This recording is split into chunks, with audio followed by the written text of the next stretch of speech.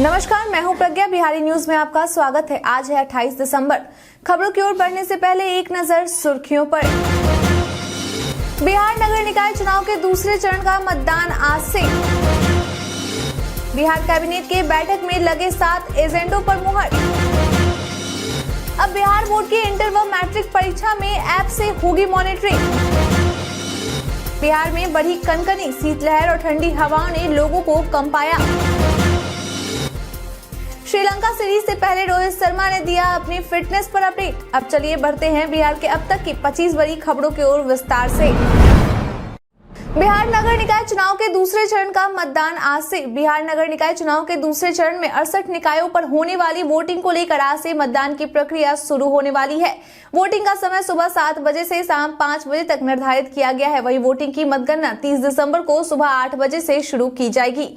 जानकारी के लिए बता दें कि दूसरे चरण के लिए मैदान में 23 जिलों के कुल 11,884 प्रत्याशी है, जिनके भाग्य का फैसला 61,94,826 मतदाता के द्वारा निर्धारित किया जाएगा।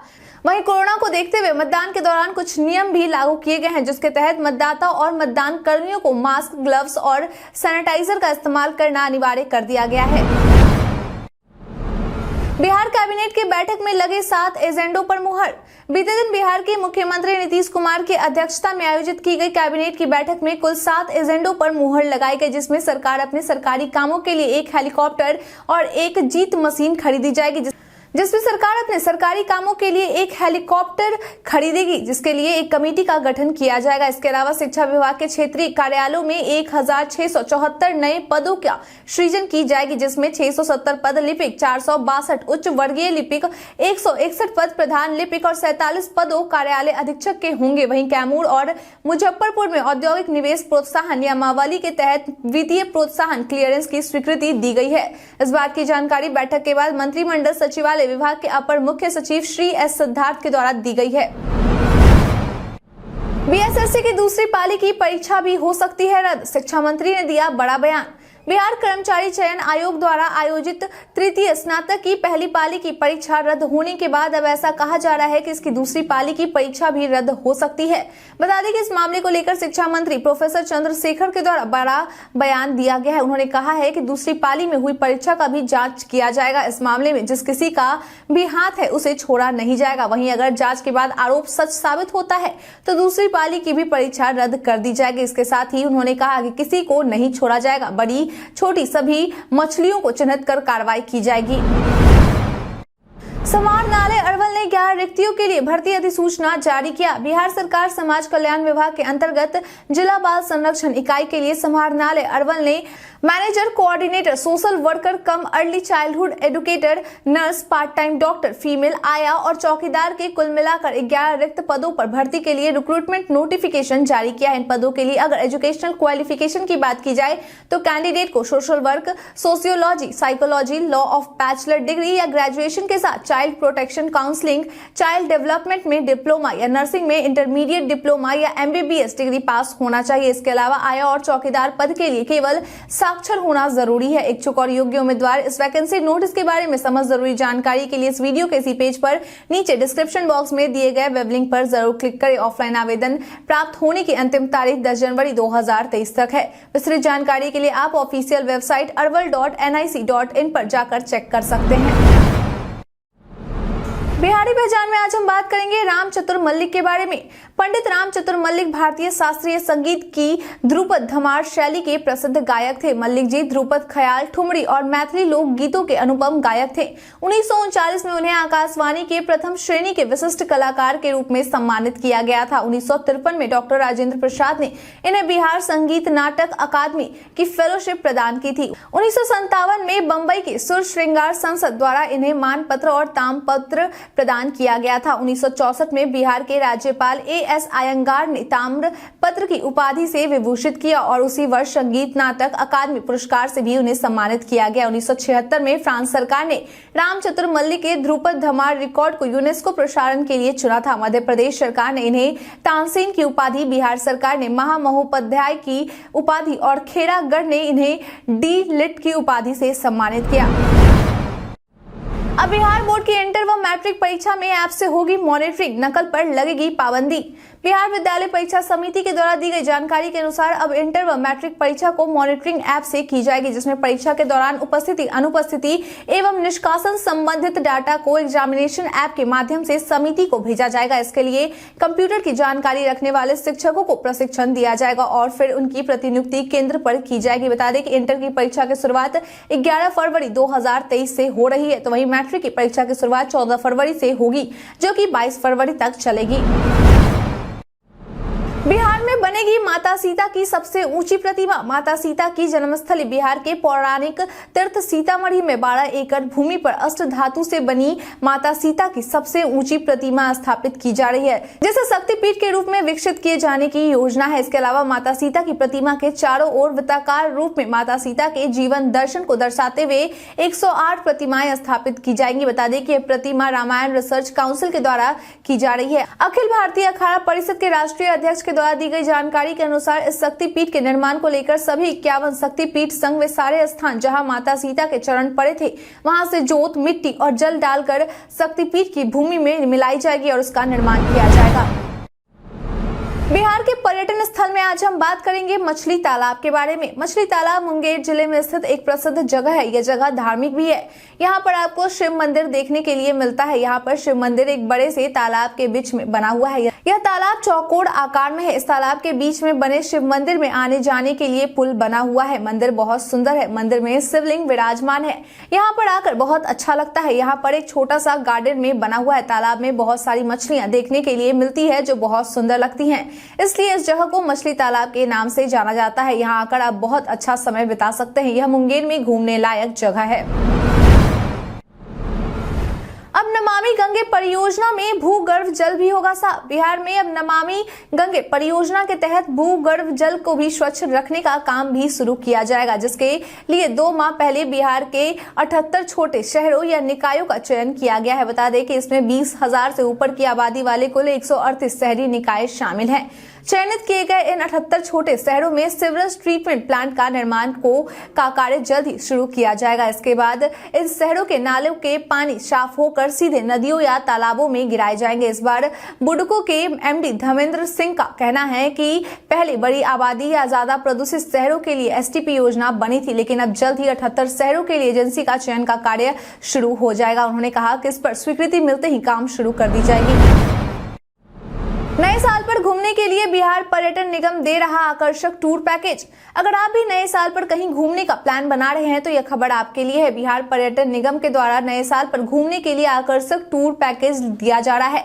इसके पहले पैकेज के तहत यात्री पटना से बोधगया डिलक्स बस में 1,580 रुपए, ट्रैवलर बस में 1,650 रुपए, डेकर बस 1,570 रुपए प्रति पर्यटक खर्च करके घूम सकते हैं। दूसरे पैकेज के तहत यात्री पटना, नालंदा, राजगीर, पटना जा सकते हैं। वहीं इसके तीसरे और चौथे पैकेज में पटना, फुलवारी शरीफ, मनेर, पटना और पटना बराबर, कोटेश्वर धाम, गया, बोधगया, पटना घूमने जा सकते हैं। इस यात्रा के दौरान यात्रियों को सारे पैकेज में पानी और गाइड की भी सुविधा दी जाएगी।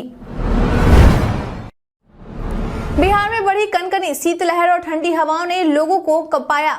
बिहार में सर्दी ने अपना प्रचंड रूप दिखाना शुरू कर दिया है। शीतलहर की वजह से पूरे राज्य में कनकनी और कपकपी बढ़ गई है। पछुआ हवा के असर से गलन वाली ठंड कनकनी हुई है। मौसम विभाग के मुताबिक दिसंबर के अंत तक तापमान में लगातार हो रहा उतार चढ़ाव पूरी तरह स्थिर हो जाएगा। रात के समय तापमान में अचानक से गिरावट देखने को मिलेगी। मौसम विभाग का कहना है कि पहाड़ी इलाकों में बदल रहे मौसम का सीधा असर मैदानी इलाकों में दिख रहा है। राज्य का न्यूनतम तापमान को 4 से 5 डिग्री सेल्सियस ज्यादा दर्ज किया गया है। फिलहाल मौसम ने जारी उतार चढ़ाव ने कनकनी बढ़ा दी है। रात के समय में तापमान अचानक से गिर जा रहा है, जिससे लोगों को ठंड का एहसास ज्यादा हो रहा है। नए साल पर जू और नेचर सफारी घूमने का प्लान तो पहले पढ़ ले यह खबर। अगर आपका भी नए साल के मौके पर नालंदा के टूरिस्ट स्पॉट पर घूमने का प्लान है तो यह खबर आपके लिए है। दरअसल नए साल के मौके पर राजगीर के कई जगहों को बंद रखा गया है, जिसमें जू सफारी और नेचर सफारी भी शामिल है। इस बात की जानकारी जू सफारी के डायरेक्टर हेमंत पटेल के द्वारा एक लेटर जारी कर दी गई है। हालांकि अब तक इस बात को लेकर स्पष्ट जानकारी नहीं दी गई है कि जू सफारी और नेचर सफारी को नए साल के मौके पर क्यों बंद किया गया है, लेकिन यह कयास लगाए जा रहे हैं कि कोरोना के बढ़ते केस को देखते हुए ही यह फैसला लिया गया है। बिहार राजस्व विभाग के फील्ड में तैनात कर्मियों को भी अब लगानी होगी बायोमेट्रिक हाजिरी।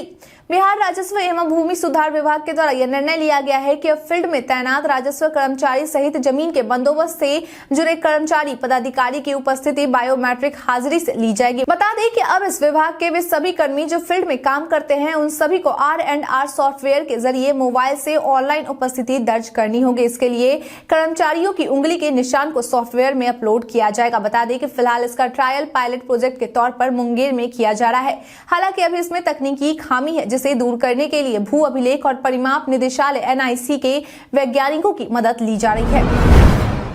केंद्रीय शिक्षक पात्रता परीक्षा आज से होगा शुरू। CTET यानी कि केंद्रीय शिक्षक पात्रता परीक्षा 2023 की तिथि CBSE के द्वारा जारी कर दी गई है। जारी तिथि के अनुसार इस परीक्षा की शुरुआत 28 दिसंबर यानी कि आज से हो रही है, जो कि जनवरी के दूसरे सप्ताह तक खत्म होगी। आपकी जानकारी के लिए बता दें कि इस परीक्षा में देश भर से कुल 32 लाख अभ्यर्थी शामिल होंगे। वहीं अगर बात करें बिहार की, तो बिहार से इस परीक्षा में शामिल होने वाले अभ्यर्थियों की संख्या 5.67 लाख है। वहीं परीक्षा को लेकर बिहार में 7 जगहों पर परीक्षा केंद्र बनाए गए हैं, जिसमें पटना, आरा, दरभंगा, भागलपुर, गया, मुजफ्फरपुर और समस्तीपुर शामिल है। बता दें कि यह परीक्षा 2 पाली में ऑनलाइन तरीके से आयोजित की जाएगी। बिहार के इस रूट पर अब चलेगी इलेक्ट्रिक ट्रेनें। यात्री सुविधाओं के उन्नयन एवं परिचालन सुगमता के लिए मूलभूत ढांचे में विस्तार के क्रम में 32 किलोमीटर की हथुआ बथुआ पंचदेवदी रेलखंड पर वाराणसी रेल मंडल की ओर से विद्युतीकरण का कार्य पूरा कराया गया है, जिसके बाद अब इस रेलखंड पर इलेक्ट्रिक ट्रेनें दौड़ने वाली है। इसके लिए रेल मंडल के प्रमुख विद्युत इंजीनियर AK शुक्ला द्वारा संरक्षा परीक्षण कर ट्रायल कर लिया गया है और ट्रायल के दौरान सब कुछ सुरक्षित पाया गया। इस बात की जानकारी वाराणसी रेल मंडल के जनसंपर्क पदाधिकारी अशोक कुमार के द्वारा दिया गया है। इसके साथ ही AK शुक्ल के द्वारा रेलवे स्टेशन पर सुविधा बढ़ाने को लेकर भी निर्देश दिया गया है। आपकी जानकारी के लिए बता दें कि इस रेलखंड का निर्माण तत्कालीन रेल मंत्री लालू यादव के द्वारा कराया गया था। अब बिहार के एक और शहर से हवाई सेवा होगी शुरू। पटना, गया और दरभंगा के बाद अब देश के हवाई नक्शे पर बिहार का एक और शहर का नाम जुड़ने वाला है। बिहार के एक और शहर में हवाई सेवा शुरू करने को लेकर जदयू सांसद डॉक्टर आलोक कुमार सुमन के द्वारा नागर विमानन मंत्रालय के सचिव राजीव बंसल से मुलाकात की गई। बता दें कि बिहार के और शहर जहां हवाई सेवा शुरू करने की कोशिश की जा रही है वो बिहार का गोपालगंज है। इसके लिए नागर विमानन मंत्रालय के द्वारा गंभीरता भी दिखाई गई है और सभी एयरलाइंस कंपनियों को निर्देश दिया गया है कि वे सभी गोपालगंज एयरपोर्ट को चालू करने और यहां से हवाई सेवा को जल्द से जल्द शुरू करने के लिए भाग ले। गोपालगंज से हवाई सेवा शुरू होने से उसके आसपास के जिलों के लोगों को भी काफी सुविधा मिलेगी। भारत बायोटेक की नेजल वैक्सीन इनकोवैक की निजी बाजार में इतनी है कीमत। नाक के जरिए दी जाने वाली नोजल वैक्सीन इनकोवैक की कीमत निजी बाजार में भारत बायोटेक इंटरनेशनल लिमिटेड के द्वारा तय कर दिया गया है। भारत सरकार के अनुसार प्राइवेट अस्पतालों में इसकी एक डोज की कीमत निजी बाजार में 800 रुपए और सरकारी आपूर्ति के लिए 325 रुपए रखी गई है। इन दामों में GST के दामों को नहीं जोड़ा गया है। आपकी जानकारी के लिए बता दें कि यह दवा अब कोविन पोर्टल पर उपलब्ध है। वहीं टीका निर्माता कंपनी के द्वारा यह बताया गया है कि यह दवा जनवरी 2023 के चौथे सप्ताह से उपलब्ध की जाएगी। बताते चले कि यह दवा दुनिया की पहली नाक से दी जाने वाली कोविड-19 रोधी दवा है, जिसके 2 खुराक के लिए मंजूरी दी गई है। जल्द से जल्द अपडेट करवाएं अपना आधार कार्ड, वरना नहीं मिलेगा 319 योजनाओं का लाभ। अगर आपने भी अपना आधार कार्ड 10 साल पहले बनवाया है और अब तक अपने एक बार भी उसे अपडेट नहीं करवाया है तो यह खबर आपके लिए है। भारतीय विशिष्ट पहचान प्राधिकरण के द्वारा वैसे आधार कार्ड को तुरंत अपडेट कराने का निर्देश दिया गया है जिसे 10 साल पहले बनवाया गया था और अगर अपडेट नहीं करवाया गया है ऐसे आधार नंबर किसी भी सुविधा से लिंक नहीं हो पाते हैं। UDI के द्वारा दी गई जानकारी के अनुसार देश में कुल 1100 सरकारी योजनाएं और कार्यक्रम है, जिनमें से केंद्र प्रायोजित 319 योजनाओं में आधार कार्ड से पहचान होती है और अगर आप आधार कार्ड अपडेट नहीं करवाते हैं तो आप इनमें से किसी योजना का लाभ नहीं उठा सकते हैं। लालू यादव के CBI जांच पर भड़की रोहिणी आचार्य। इन दिनों लालू यादव की मुश्किलें खत्म ही नहीं हो रही है, एक बार फिर से उनकी मुश्किलें बढ़ने वाली हैं। मिली जानकारी के अनुसार CBI ने फिर से रेलवे से जुड़े भ्रष्टाचार के मामलों की जांच शुरू कर दी है। आपको बता दें कि इस मामले की जांच साल 2018 में शुरू हुई थी, लेकिन 2021 में इस मामले में हो रहे जांच की प्रक्रिया को बंद कर दिया गया था। लेकिन इस मामले में लालू यादव और उनसे जुड़े लोगों के खिलाफ CBI ने फिर से जांच करनी शुरू कर दी है। इस मामले की खबर जैसे ही रोहिणी आचार्य तक पहुंची वे इससे सुनकर भड़क गईं और उन्होंने इस बात पर ट्वीट करते हुए बीजेपी पर हमला बोला और कहा कि ये सब बीजेपी की लालू जी के खिलाफ राजनीतिक योजना है ताकि उनकी लोकप्रियता कम की जाए। जदयू विधायक गोपाल मंडल का वारंटी बेटा गिरफ्तार। बीते दिन मंगलवार को पुलिस के द्वारा भागलपुर के बरारी गोलीकांड मामले में विधायक गोपाल मंडल के बेटे आशीष मंडल को गिरफ्तार कर लिया गया है। दरअसल क्रिसमस के दौरान रेस्टोरेंट में आयोजित एक कार्यक्रम में खुले मंच से अपनी मेयर प्रत्याशी मां के लिए वोट की मांग की थी और कहा था कि वो विधायक का बेटा है और उसे किसी का डर नहीं है। जिस प्रकार मेरे पिता किसी से नहीं डरते थे, वैसे ही मैं भी किसी से नहीं डरता। जबकि आशीष के खिलाफ वारंट जारी था और पुलिस उसकी तलाशी कर रही थी। वहीं गिरफ्तारी के बाद आशीष को कोर्ट के स्टेशन हाजत लाकर एसपी के द्वारा पूछताछ किया गया। श्रीलंका सीरीज से पहले रोहित शर्मा ने दिया अपनी फिटनेस पर अपडेट। टीम इंडिया के नियमित कप्तान रोहित शर्मा को बांग्लादेश के खिलाफ खेल रहे दूसरे वनडे मैच में अंगूठे में चोट लग गई थी, जिस वजह से वह बांग्लादेश के खिलाफ खेले जा रहे तीसरे और आखिरी वनडे और पूरे टेस्ट सीरीज में भाग नहीं ले पाए थे। लेकिन हाल ही में रोहित ने अपने इंस्टाग्राम पर एक फोटो पोस्ट शेयर करते हुए अपनी फिटनेस को लेकर अपडेट दिया है। इस पोस्ट की पहली तस्वीर में रोहित शर्मा मैदान में दौड़ लगाते दिख रहे हैं, तो वही दूसरी तस्वीर में वो कैच पकड़ने की कोशिश करते दिखाई दे रहे हैं। भारत के इतिहास में आज की तारीख है बेहद खास। भारतीय नेशनल कांग्रेस पार्टी की 1885 में स्थापना हुई। भारतीय राष्ट्रीय कांग्रेस का पहला अधिवेशन 1885 में बंबई में हुआ, जिसमें 72 प्रतिनिधि शामिल हुए। कोलकाता में 1928 में पहली बार बोलती फिल्म मेलोडी ऑफ लव प्रदर्शित हुई। भारत के दिग्गज बल्लेबाज सुनील गावस्कर ने 1983 में वेस्टइंडीज के खिलाफ मद्रास टेस्ट में अपना 30वां शतक जड़कर महान बल्लेबाज सर डॉन ब्रैडमैन का रिकॉर्ड तोड़ा था। राजीव गांधी के नेतृत्व में 1984 में कांग्रेस को लोकसभा चुनाव में जीत मिली। भारतीय डाक विभाग द्वारा 2000 में वीरता पुरस्कार विजेताओं के सम्मान में 5 डाक टिकटों के सेट में 3 रुपए का एक सचित्र डाक टिकट जारी किया गया। आम आदमी पार्टी ने 2013 में दिल्ली में कांग्रेस के समर्थन से सरकार बनाई। भारत के प्रसिद्ध उद्योगपति धीरूभाई अंबानी का जन्म 1932 में हुआ। भारतीय उद्योगपति रतन टाटा का जन्म 1937 में हुआ। भारतीय राजनेता अरुण जेटली का जन्म 1952 में हुआ। रामायण प्रवक्ता आचार्य पंडित पुनीत द्विवेदी का जन्म 1991 में हुआ। हिंदी कवि सुमित्रा नंदन पंत का 1977 में निधन हुआ। वायरल खबर में आज हम बात करेंगे केवाईसी निलंबित के बारे में। सोशल मीडिया पर कई सूचनाएं वायरल होती है, लेकिन सभी सच हो ये जरूरी नहीं है। इसी कड़ी में आज हम बात करेंगे केवाईसी निलंबित के बारे में। दरअसल पीआईबी ने अपने एक ट्वीट में लिखा है कि बीएसएनएल से यह दावा करने वाला नोटिस प्राप्त हुआ है। ग्राहकों को केवाईसी निलंबित कर दिया जाएगा। सिम कार्ड 24 घंटे के भीतर ब्लॉक हो जाएंगे। पीआईबी ने अपने ट्वीट में आगे लिखा है कि दावे फर्जी है। बीएसएनएल कभी भी ऐसा कोई नोटिस नहीं भेजता है। अपना व्यक्तिगत और बैंक विवरण कभी भी किसी के साथ साझा न करें।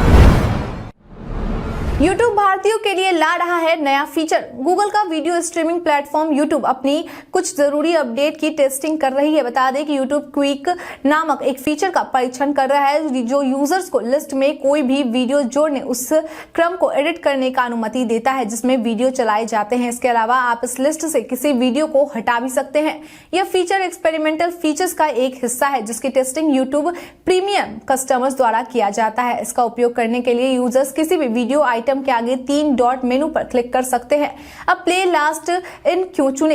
इसके बाद एक क्वी बनाई जाएगी और यह पेज के नीचे एक्सेस की जाएगी। क्विक पैनल पर यूजर उस सीक्वेंस की रीअरेंज करने के लिए ड्रैग कर सकते हैं जिसमें वीडियो चलाए जाएंगे। इसके अलावा आप क्वी से किसी वीडियो को भी रिमूव भी कर सकते हैं। आप क्वी में जितने चाहे उतने वीडियो जोड़ सकते हैं और यूजर्स इस फीचर को 28 जनवरी तक टेस्ट कर सकते हैं।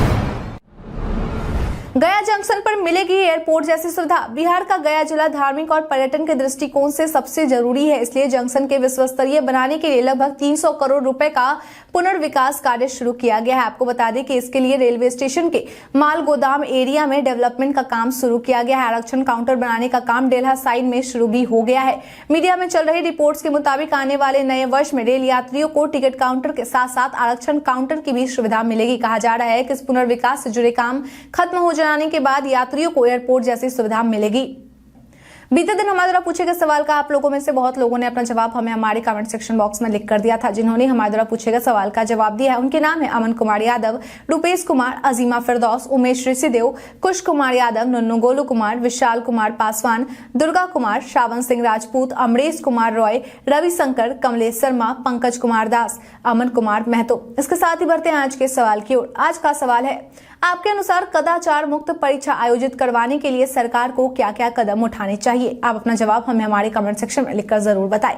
आज के लिए इतना ही। बिहार के तमाम खबरों के साथ बने रहने के लिए देखते रहें बिहारी न्यूज। और साथ ही अगर आप यूट्यूब से देख रहे हैं तो चैनल को सब्सक्राइब करना, और अगर आप फेसबुक से देख रहे हैं तो पेज को लाइक करना ना भूलें। धन्यवाद।